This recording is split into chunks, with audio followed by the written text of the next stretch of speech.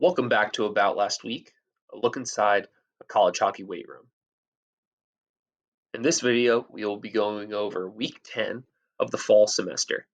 I'm really excited for this one. I have a lot of video, a lot of content for you guys. About Last Week is a series of presentations and videos that take you inside a college hockey weight room. These videos are focused on the 21 and 22 seasons of Liberty University's men's and women's D1 hockey teams. About the week before. In week 9, the men had games on Monday the 18th and Tuesday the 19th. The men also bussed 3 hours, flew back from Minnesota to North Carolina, and then bussed another 3 hours from North Carolina up to Virginia or to Liberty University on Wednesday the 20th. Therefore, they had that week completely off from workouts. The women, they focused on strength and perfect movements while I was gone, and the workouts were led by my GA Elke. In week 10, the men had no games this weekend, a much needed rest for the weekend. The guys definitely deserved it. So Monday's workout was our first workout in a long time. If we quickly look at the men's team builder, you can see here how this week of workouts were optional. No workouts for week 9, and starting up on week 10, we were here on Monday. We started off with some hip mobility. The guys were not moving over the weekend, potentially a little sore, a little stiff. Wanted to make sure the hips were feeling good before we really got into it. Safety bar split squat on Monday, and you can see trap bar on Wednesday. This is the format and the template that I've been wanting to get into for the entire fall semester, where on Monday we were able to do our safety bar split squats, and we were going to hit more of a strength emphasis, and on Wednesday we were going to have more of a speed and power emphasis with the trap bar. Now, because there were no games this weekend, it was a perfect time on Wednesday to go to a calm, safe, heavy single on this Wednesday. This was not a max. This was not a slap each other in the face, lots of chalk and heavy metal music. Deadlift max. This was a heavy single for the day. A non-anxiety, put weight on the bar, walk over to it, pick it up, heavy single. So for the men and for the women, they were picking up the bar and then dropping it at the top. There was no lowering or no eccentric portion of this.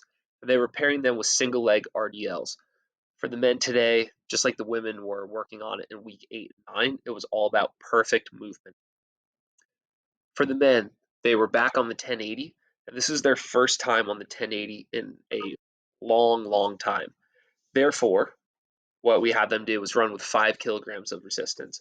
When you have a heavier weight on the 1080, it becomes safer because they're not going to be hitting these maximal velocities where a lot of people will get injured.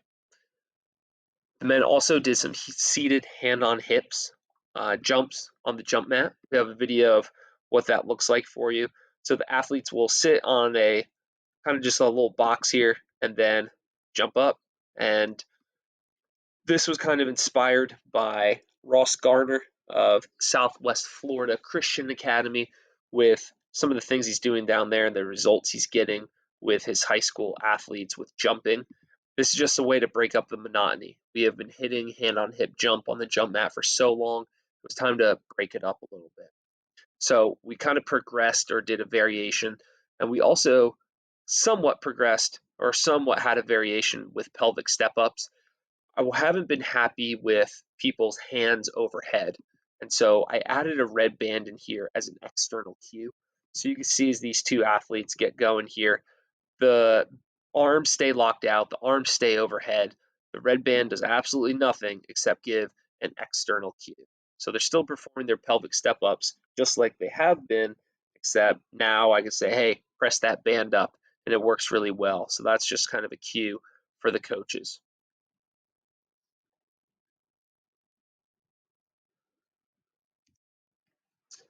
Intent and big picture for the men, reacclimate the body on Monday. So Monday was a little bit lighter. They didn't go very heavy on their split squats. We did some hip mobility, just get guys back and moving in the weight room. We were also working up to a safe, calm, heavy single on the trap bar deadlift on Wednesday. And we're getting into the in-season layout that I want. Split squats on Monday, trap bar on Wednesday. The reason it kind of took so long to get to this format, split squat and trap bar, was I wanted to introduce new movements on Mondays. And so we started out with introducing split squat first. And then when we introduced the trap bar, we put that on Monday because it was as far away from game week or game day as possible. And finally, we had this long kind of break, this period where we don't have games on the weekend.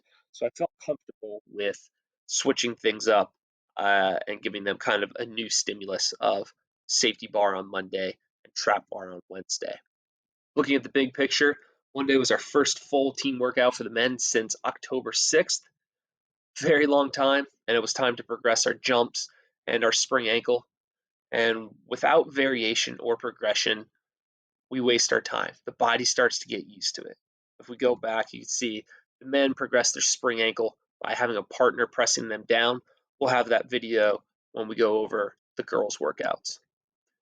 And because there was no games, it was a great week to hit a heavy single on the trap bar, a calm, safe, heavy single. Not a lifetime PR, but just something heavy. Looking for the women, they also had no games on the weekend of week 10. So you can see here, the women had their safety bar split squat with a 5-second lower.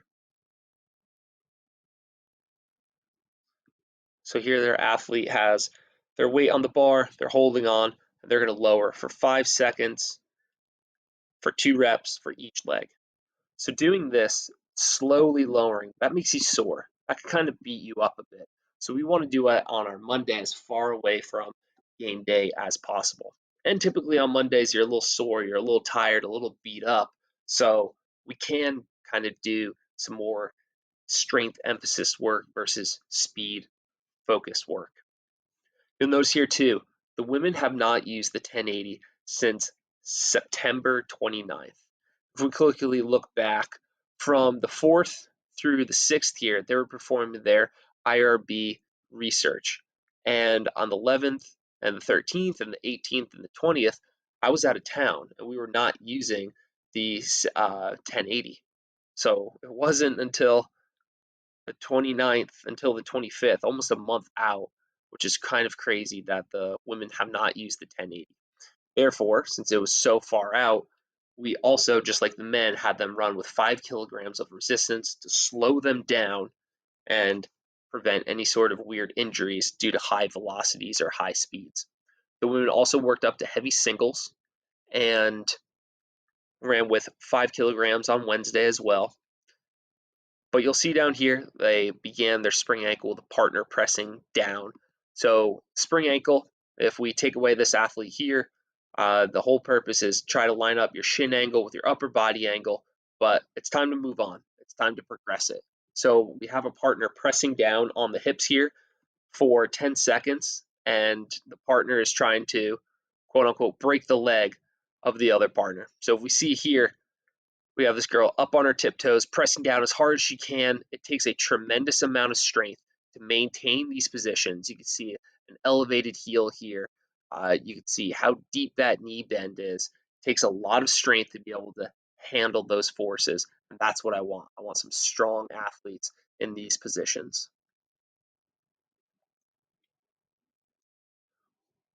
For the girls, on Tuesday, they did 10-second circuit, and on Thursday, since there was no games on the weekend, the coach wisely wanted to give them a lot of time off.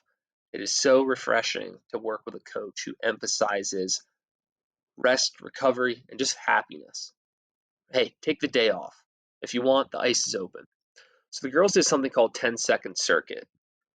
For the 10-second circuit, I'll let this play. What I don't want you to think is, oh, this is great speed work. Yes, their feet are moving fast, but they're also moving with very low force. This is kind of more of a conditioning exercise. It's focusing on some rhythm. You could make plenty of arguments. It's going to help some tendons and ligaments and things like that. But ultimately, you could be really, really good at this and not be fast out on the ice. So I really wanted to emphasize that I don't want to see a bunch of people doing this drill thinking they're going to get faster and then blaming me if they are not. What 10-second circuit is it's fun, it's competitive, and it's conditioning. It's something different. So multiple different kind of jumps, hops, skips, whatever you want to call it, on a 45-pound plate. One partner counts for the other partner. They're going to enter their scores. They're going to compete against themselves, their partner, and the rest of the team. So 10-second circuit on Tuesday was to switch it up, give them something different. We've been doing our typical circuit or our typical Tuesday, Thursday for a while. Time for something different now. And the girls love it. They love 10-second circuit. Gets them tired. That's all they wanted. Intent and big picture for the girls. Again, getting them into that in-season layout that I want, where we have our split squat on Monday. If you think back to the video of our athlete slowly lowering that bar, that gets you sore, gets you tired. Let's do that on Monday. Let's get strong. And trap bar on Wednesday. We're going to have our eccentrics, meaning slow lower, and our isometrics, meaning pauses, on Mondays now. I wanted to reintroduce the 1080 safely because, again, the girls haven't run with it since September 29th, and work up to a safe, calm, heavy single on trap bar deadlift. In the big picture, time to progress, jumps and spring ankle, give them something new. The women also were doing a variation of jumps. And without variation or progression, we waste our time. The body adapts and it will no longer get better without a new or novel stimulus. It's a great week to hit a heavy single on the trap bar for the ladies, and days like Tuesday, it keeps it fun, keeps it competitive, and keeps it exciting.